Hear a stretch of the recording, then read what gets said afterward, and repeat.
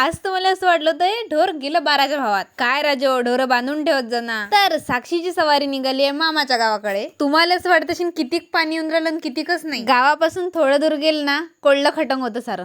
गोष्टी गोष्टीत पोचलो का मामाच्या घरी. आणि आप्पा संग चांगली जोरदार मस्ती पण केली. नाही म्हणजे बुडवाजून माय ना आता कसं तिखट गोड आहे जरासं. आजी सोबत पण आपण मागं हटत नाही. ते जशी लहानपणी आपल्याला तयार करून देना तिले आता मस्त बुची दिली घालून. मामाईन संग जरा वेळ कमी भेटला. तिची शाळा असते का नाही म्हणजे मीच चुकीच्या टाइमला आली आहे. मग काय आजीला म्हटलं भाजी बनव. तिच्या हातासारखी टेस्ट कोणत्याच 5 स्टार हॉटेल मध्ये भेटत नाही. हे गोष्ट खरी आहे की मी 5 स्टार मध्ये जायची पण लायकी नाही. भाजी शिजेपर्यंत आजीनं घेतली पोती.